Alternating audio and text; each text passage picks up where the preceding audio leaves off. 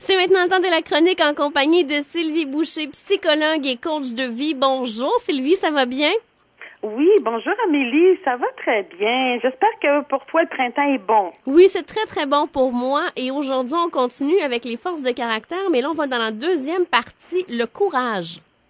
Oui, la première partie c'était vraiment intéressant, c'était des forces cognitives. Là on s'en va dans le courage, qui est une grande catégorie qui couvre les forces émotionnelles. Et ces forces émotionnelles-là, elles impliquent l'exercice de la volonté, entre autres, pour atteindre des buts qu'on s'est fixés malgré les obstacles. Alors, tu sais, souvent, on a des buts, là, faut mobiliser nos forces émotionnelles. Les forces dont on parle aujourd'hui, ce sont des forces qu'on peut mobiliser justement pour atteindre nos objectifs. Alors, dans la catégorie courage, on a le premier, vaillance et bravoure. Écoute, ça là, c'est la capacité de prendre position. Donc, souvent de dompter sa peur, parce qu'être capable de s'afficher, de s'affirmer, de pas reculer devant la menace ou les défis. Par exemple, de dire j'ose pas le dire parce que j'ai peur du rejet. Pour être capable de le faire, ça prend de la vaillance et de la bravoure. On parle pas de se lancer dans le feu pour aller chercher quelqu'un. Bon, ça aussi, c'est de la bravoure, mais on parle plus de juste être capable de faire face aux obstacles, donc de prendre la parole en faveur de ce à quoi on croit, d'agir selon ses convictions et d'être capable, entre autres, de s'affirmer. Alors, ça demande vaillance et bravoure. Ça, c'est une belle force de caractère. Une autre force, et vous comprendrez que celle-là aussi, elle est importante pour atteindre les buts, c'est la persistance, l'assiduité, ou application et persévérance. C'est tout ensemble. Là. C'est pas mal tous des synonymes. Ça, là, c'est d'être capable de travailler dur aussi longtemps que nécessaire pour terminer ce qu'on commence. Tu sais, il y a des gens qui vont dire « j'ai commencé plein d'affaires, mais je termine jamais. » Puis c'est correct. Parce on que en connaît beaucoup. C'est pas important, puis on s'en fout. Mais quand quelque chose est important pour nous, faut être capable de persévérer. Alors, si on peut développer ces forces-là, ça va nous permettre de faire les efforts nécessaires, quel que soit le projet. Idéalement dans les plus brefs délais, mais parfois, comme moi je regarde, là, j'ai de la persévérance, mais des fois, je suis pas égale dans mon travail, dans mes efforts. Mais au moins, je dis toujours en blague, j'ai une tête de cochon et je lâche pas. Alors, ça me permet de persévérer et de finir par atteindre mes objectifs. Et évidemment, si on est capable de ne pas se laisser distraire pendant qu'on travaille, on va avoir une grande satisfaction qui est l'accomplissement des tâches. Alors ça, c'est le fun et c'est valorisant. Et l'autre force, je pense, c'est l'honnêteté. Oui, en termes de honnêteté, intégrité et sincérité. C'est la capacité de dire qui on est, d'être authentique. Ça décrit, entre autres, la capacité de tenir ses promesses, d'être sincère et ouvert. Si je dis quelque chose, tu sais, en anglais, ils ont une expression « what you see is what you get ». Autrement dit, je suis transparente. Ce que tu vois, c'est qui je suis. Donc, ça veut dire que c'est quelqu'un d'honnête, pas juste dans le sens de pas voler des bonbons au dépanneur, mais dans le sens de dire la vérité et de vivre ma vie d'une façon qui est sincère et authentique, qui est en accord avec mes valeurs, dans le fond. Évidemment, si je suis capable de garder les pieds sur table puis de pas me prendre pour un autre, c'est encore mieux. Ça fait quelqu'un, tu sais, quand on dit « je l'ai vu, cette personne-là est tellement vraie », c'est de ça qu'on parle. Et le dernier dans cette catégorie-là, c'est la joie de vivre. Ben oui, la joie de vivre, l'enthousiasme, la vigueur, l'énergie, le spring, là, tu sais, qu'on pourrait dire. En fait, c'est que quand tu veux vivre ta vie pleinement, si tu as de l'énergie, c'est toujours plus facile. Tu peux profiter de la vie, t'es capable de prendre des décisions, t'es capable de faire des choses, puis veux pas, quand t'as de l'énergie, quelle que soit la tâche que t'es obligé de faire ou qui t'est confiée, t'es capable de le faire avec passion et énergie. Fait que tu fais pas les choses à moitié, là, tu y vas, là, avec enthousiasme. Alors, veux pas, ça fait que pour toi, la vie devient quasiment une aventure et c'est le fun. Ça, je pense que c'est une de mes forces. Mais je vais faire le test dans les prochains jours, là, mais ça, je pense que c'est une de mes grandes forces. Il y a des bonnes chances. Tu regarderas, c'est amusant.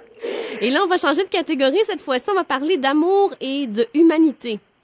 Oui. Tu vois, tantôt, on parlait des forces émotionnelles. On est encore émotionnel, mais là, on est plus dans des forces interpersonnelles qui impliquent de se soucier des autres et de faire des liens, d'établir des liens intéressants. Et ça, s'il n'y a pas ça sur la planète, là, ça devient compliqué parce que ça veut dire que les relations interpersonnelles sont toutes conflictuelles, puis c'est pas le fun.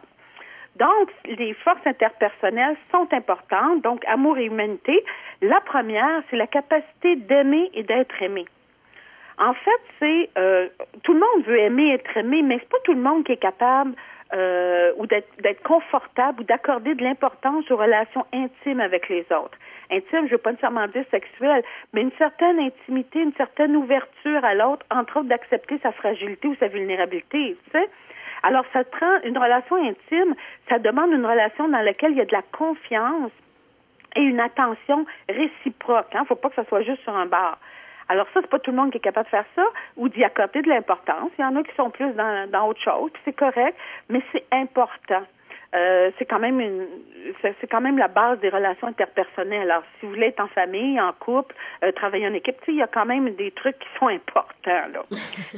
Et tu vois, les personnes dont faut que ça soit réciproque, et les personnes dont on se sent proche, ces personnes-là aussi se sentent proches de nous, hein. Capacité d'aimer et d'être aimé. C'est réciproque, ce truc-là. Et là, la prochaine, c'est la gentillesse. Oui, la gentillesse et la générosité, parce que c'est bien beau de dire j'aime le monde, mais si je les traite puis que je les brasse puis que je les magane, c'est pas super. Alors, aider les autres, faire preuve d'empathie, prendre soin des gens. L'attention, là, j'entends des femmes qui disent oui, mais je le fais déjà trop. Tout reste dans le raisonnable et l'adapté, dans l'équilibre, et ça inclut, je te dirais aussi, prendre soin de soi, là. Mais quelque part, si t'es pas capable d'être gentil envers les autres ou de les comprendre, ben ça améliore pas tes relations. Alors, les gens qui vont développer ça, que c'est leur force, on l'a tous un petit peu, mais il y en a pour qui c'est vraiment une très grande force. Ce sont des gens qui sont bons, qui sont généreux envers les autres. Ils ont toujours le temps de te rendre service, eux autres. Ils aiment faire des bonnes actions pour les gens, même quand on les connaisse pas. Tout le monde a ça un petit peu. Ces temps-ci, avec le stress et je suis tellement occupée, j'ai pas le temps de rien faire, elle diminue parce que les Québécois sont habituellement des gens gentils et généreux. Et là, ces temps-ci, ils sont tellement stressés qu'ils oublient cette force-là. Ça serait le fun qu'elle revienne un petit peu. Et là, on termine avec la dernière dans cette catégorie-là, l'intelligence sociale. Oui, c'est la capacité de sentir ce que les autres ressentent. Il y en a qui vont appeler ça intelligence émotionnelle un petit peu, là. C'est d'avoir conscience de ses propres sentiments à soi et d'être à l'aise aussi avec les autres et ceux des autres. On est conscient de ce qui se passe en dedans de nous et en dedans des autres, de leurs sentiments, de ce qui les motive. Et c'est d'être capable de gérer, de se présenter, d'être à l'aise dans différentes activités, différents milieux, différents cadres sociaux. Et d'être capable de mettre les autres à l'aise aussi. Alors, c'est ce qu'on pouvait appeler, c'est une partie d'intelligence émotionnelle, mais c'est vraiment social, relié aux gens. Et là, je pense que tu avais un petit exercice à nous faire faire. Tant qu'à faire, tu sais, moi, j'aime ça les petits exercices. Alors, celui-là, il s'appelle l'exercice du meilleur soi possible, le best possible self. Alors, ce qu'on suggère aux gens, c'est prenez quelques minutes pour choisir une période dans le futur. Ça peut être dans 6 mois, dans 1 an, dans 5 ans, là, mais essayez de vous voir dans le futur. Imaginez-vous tel que vous serez dans ce futur-là et d'une façon réaliste et la plus précise et agréable pour vous. Vous allez voir, quand on est capable de faire ça, d'habitude, on se sent bien. Alors, mettons, on va dire dans 1 an, qu'est-ce que vous allez avoir accompli? Qu'est-ce que vous allez avoir réussi?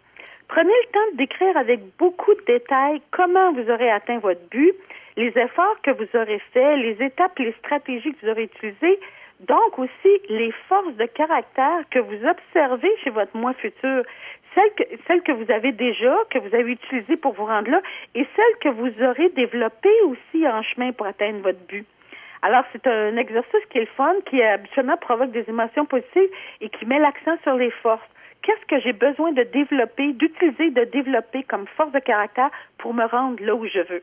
Merci beaucoup, Sylvie. Alors, on fait ce beau exercice-là et nous, on se reparle dans 2 semaines. Parfait. Bonne semaine.